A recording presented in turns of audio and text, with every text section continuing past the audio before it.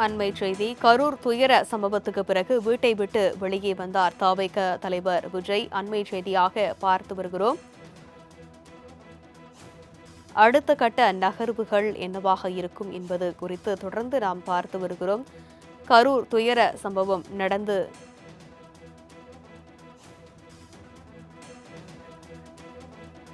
நீலாங்கரை வீட்டிலிருந்து காரில் புறப்பட்டுள்ள தவிக தலைவர் விஜய் எங்கு செல்கிறார் என்ற தகவல் இன்னும் கிடைக்கப்பெறவில்லை.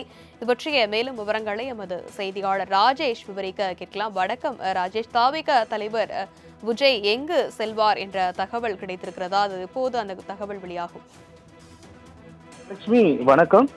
கரூர் துயர சம்பவத்திற்கு பிறகாக விஜய் தற்பொழுதுதான் வீட்டை விட்டு வெளியே வந்திருக்கிறார். ஏற்கனவே அவர் மிகுந்த மன உளைச்சலில் இருப்பதாக அவருடைய கட்சி நிர்வாகிகள் தெரிவித்திருந்த நிலையில் சனிக்கிழமை இரவு சரியாக வீட்டிற்கு சென்றவர், நீலாங்கரை வீட்டிற்கு சென்றவர் இன்றுதான் காலையில் வெளியே புறப்பட்டிருக்கிறார்.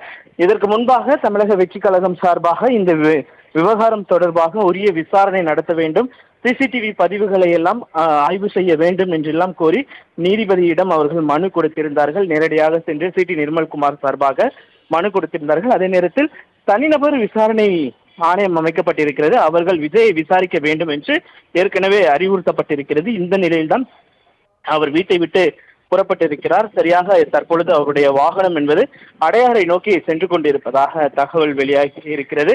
விஜயை பொறுத்த வரைக்குமே அடுத்த கட்டமாக அவர்கள் என்ன செய்ய போகிறார்கள், ஏனென்றால் பிரச்சார திட்டத்தை எல்லாம் அவர்கள் ஒத்தி வைத்திருப்பதாக தகவல் வெளியாகி இருக்கிறது. அடுத்த கட்ட பிரச்சாரமோ அடுத்த கட்ட நடவடிக்கைகள் என்ன என்பது நாம் பொறுத்திருந்தான் பார்க்க வேண்டியதா இருக்கிறது. தனலட்சுமி.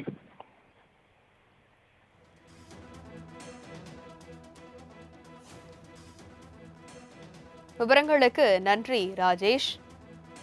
கரூர் துயர சம்பவத்தை அடுத்து தவிக தலைவர் விஜய் இன்றுதான் வீட்டை விட்டு வெளியே வந்திருக்கிறார். அவர் எங்கு செல்கிறார், என்ன நடவடிக்கை எடுக்கப் போகிறார் என்பது குறித்து தகவலை தொடர்ந்து பார்க்கலாம்.